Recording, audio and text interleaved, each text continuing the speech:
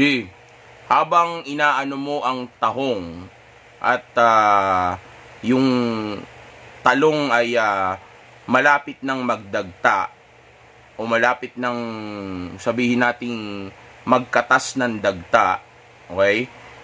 G, kung wala kang plano na sabihin nating tuluyan yan, yung kalaro mo ngayon na tahong, okay, kung hindi mo naman plano na tuluyan yan, o sabihin nating ayaw naman ninyo na may mabuo sa ginagawa ninyo, okay, then G, kung wala ka ring gamit na proteksyon o walang supot yung talong, okay, kung walang supot yung talong at wala kang proteksyon at hindi ligtas na sabihin nating hayaan mong madagtaan ng talong yung tahong, okay, then G, wag na wag mong gagawin na para bang ikakahiya mo yung dagta ng talong. Okay, wag na wag mong hahayaan na magmukha kang para bang nandidiri ka sa sariling katas ng talong na mayroon ka. Okay? Wag na wag mong pagmumukain na para bang ikinahihiya mo yung isang bagay na actually rason nga kung bakit nandirito siya sa mundo. Okay? Kaya nga mayroon tahong. Okay? Dahil yung tahong na yan ay para yan doon sa talong at doon sa katas ng talong na niluluto ninyong dalawa ng babae mo. Okay? So, ibig sabihin, walang nakakahiya o hindi pang babastos yung hayaan mo yung talong na magdagta sa sabihin nating o madagtaan yung babae na kasama mo.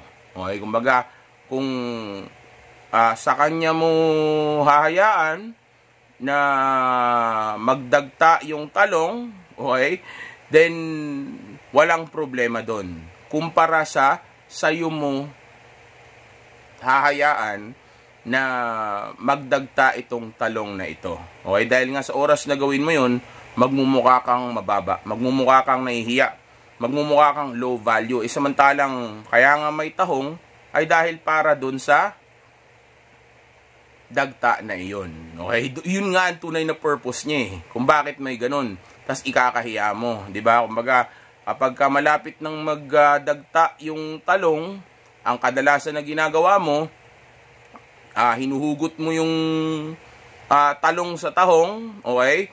Tapos tsaka mo sasarilihin na lang. Okay?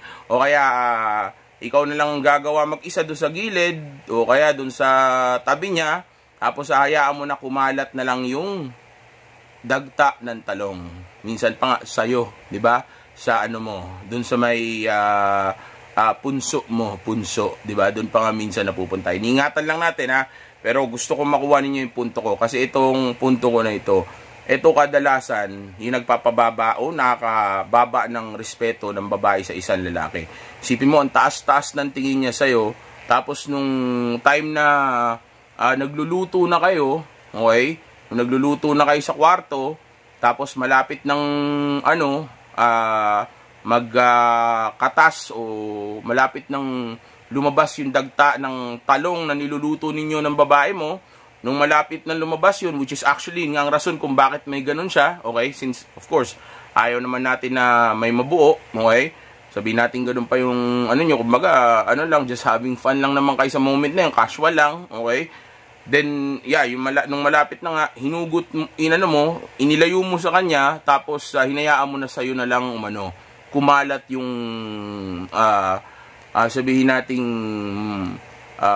yung dagta mo nga o yung dagta ng talong. Okay, hinayaan mo na lang na siya kasi nga nahihiya ka na baka hindi niya magustuhan o baka mabastusan siya o mandiri siya doon kapag sa kanya napunta. Kanya nga yun eh. Kumbaga yun nga ang tunay na trabaho niya sa mundo.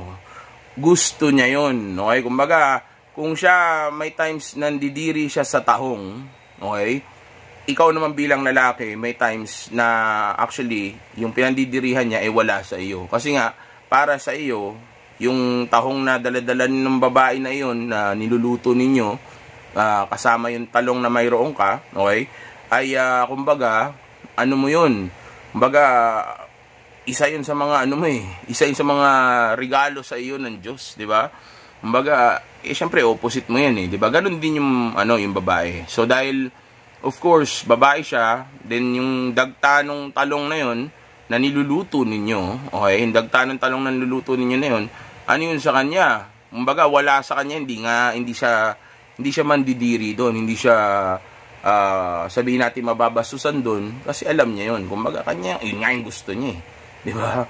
Kaya nga, 'di ba? Tayong mga lalaki, ayaw natin ng kumakain ng pag straight ka na lalaki, kumakain ng mga straight na na talong, 'di ba? Ayaw natin 'yun kasi iba gusto natin, 'di ba? Pero sila mga babae gusto nila 'yun kasi nga opposite sila. Okay? So kung malapit nang magdagtaan talong at hindi mo gusto na may mabuo, okay, din sige, hugutin mo yung talong mula doon sa pinagsasaksakan niya na nilulutuan mo, okay, doon sa may bandang tahong, okay, hugutin ng talong sa tahong, okay, hugutin mo, pero wag mong hahayaan na sa'yo sumaboy ito. Wag mo papakita sa kanya na bigla mo nga as biglang sa'yo matatapos. Okay, wag yung ganon, okay? O kaya yung tatayo ka, o kaya sa kama, o kaya kung saan man, di ba? Wag ganon.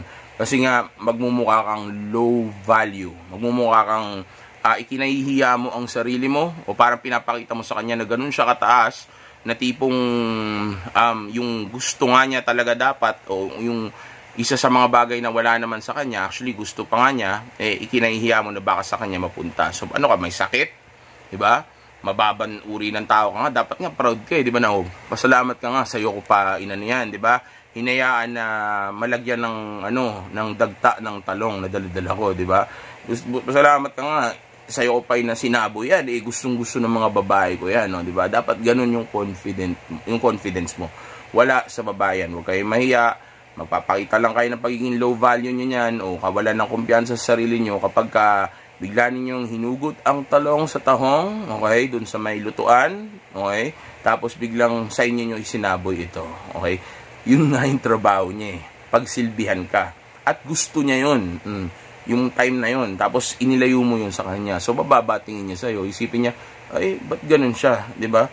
May problema ba doon? May amoy ba yun? May sakit ba doon? May sakit ba ako makuha doon sa dagta na yun? Diba? Ganyan ba siya sa mga, niya, nakakasama niya magluto? Diba? Ganyan ba sila palagi? Diba? Isipin ng babae ngayon. Baka lahat ng mga nakakasama mo nandidiri sa'yo. Kaya ngayon, ganyan yung naging impact sa utak mo. Okay? So, yeah, minsan, okay din na, wala sa babae yung parang, wild kayo, magluto. Okay sa kanya yun. Okay? Wala siyang problema doon. Gusto niya yung maginoo daw, okay, tapos nambabas. So, gusto niya yung gano'n. Yung may pagkabastos magluto. Okay? Alam niya na sinasabi ko. Ingat lang tayo dahil, of course, nasa YouTube tayo. Ayaw natin magkaroon ng YouTube ng ibang, paniniwala o sabihin nating ibang imahe dito sa ikinukwento natin. Okay, basta tandaan nyo, nagluluto lang tayo gamit ang tahong, talong at dagta. Okay, o sabihin natin yung gata. Okay, kasi tinuturuan ko kayo ngayon magluto ng ginataang tahong with talong. Okay, ginataang tahong with talong. Okay, ginataang tahong na may talong. Alright, so yeah, ganun lang. So sa makatuwid, ang gusto ko lang naman talaga mangyari ay pagka malapit ng maggata ang talong, sa kanya mo i-spray yung talong na yon do sa may bandang damuhan area, doon sa may area na maraming damo. Okay, pwede yun doon o kaya pwedeng ipatikim mo na kaagad. Pagka malapit nang lumabas yung gata doon sa talong, ipatikim mo na kagad, isubo mo na kagad doon sa babaeng kasama mo, di ba? Kasi nga gusto niya naman yun. Okay, at isa din yun sa pagdodumina mo sa kanya o pagpapakita sa kanya na higher value ako. Hindi ako nahihiya sa sarili ko. Matter of fact, pag ginawa ko to sa'yo, ikaw pa nga yung binibigyan ko ng pabor. Okay, so sa ginagawa ko na to, ay sinusubo ko yung dagta ng talong sa iyo at sa'yo ko i-spray ito o sa mismong bibig mo na hayaan ko na magkatas yung gata na yun na napakasarap talaga para sa'yo, di ba? Ang hirap sa YouTube. Okay, but yeah, pag subo mo ng gano'n, proud ka pa nga dapat nun na salamat ka nga, sa'yo ko pa pinatikim yan. sa dami ng may gusto niyan. Okay? Kumbaga, wag mo ipakita sa kanya na, kumbaga dun sa moment na yun, ang pinapakita mo sa kanya is dominance. Kung gaano kataas ang tingin mo sa sarili mo bilang lalaki. Tandaan nyo, ang babae ay naghahanap ng leader, okay? Gusto niya yung kaya niyang tingalain, hindi yung lalaki na titingnan niya ng pababa. So, kung yung mismong lalaki, mababa ang tingin niya sa sarili niya at kinakahiya niya yung sarili niya, okay? Then, of course, paano siya titingnan ng babae niya? Ganun din, mas mababa pa nga, di ba? Kaya madalas yan, pwedeng magluto kayo ng ilang beses, tumagal kayo ng ilang beses ng ganun, tapos balang araw iwanan ka kapag may nakilala na siya na mas hinahabol niya na yung validation at respetado na niya yung yung pagkalalaki nito. Okay, kasi nga hindi tatagal yung ganyan dahil bababa ang tingin niya sa iyo. Okay? So yeah, wag mong ipakita sa kanya na ikinahihiya mo ang sarili mo. Dapat proud ka lang. Diba? Kumbaga, reward mo nga ito ito, saluhin mo, di ba? Ipasalo mo kahit saan, basta wag lang sa iyo. Wag mo ipakita na ikinahihiya mo ito o mukha itong kadiri-diri dahil hindi ito kadiri-diri, my G. Sa totoo lang, mas mahal pa yan sa kahit anong bagay na makikita mo sa mundo. Yun nga lang, hindi ito nabibigyan ng halaga kasi nga dahil sa society na mayroon tayo. Okay, tandaan nyo, napakahalaga ng okay, ng dagta ng talong na mabibili mo. Okay? Napakahalaga niyan. Dahil dyan, hanggang ngayon, buhay tayo. Dahil may nakakain tayong talong. Okay? Ginataang talong. Okay? Hindi ko kakainin yung tahong at talong. Hindi ko kakainin. Pero ibig sabihin ko lang, yan ang pinaka-importante. Okay? Napaka-importante ng isang tao o dalawang tao ay nagkakasundo at nagsasama. Dahil dyan, hanggang ngayon ay patuloy tayong nag-exist dito sa mundo. Okay, lalo na pag nagluto na sila ng ginataang talong o tahong na may talong. Okay, so, yeah. Again, huwag mo ikakayay sarili mo. Mag-focus sa grind and purpose. Mag-abot sa tunay na potensyal. At, of course, itong mga babae kasi na itong dating na ito, na tinuturo ko sa inyo, dating skills at knowledge, ay para of course ma-improve nyo lang din ang sarili nyo. Kasama to self-improvement ninyo. Kasi ang sablay naman kung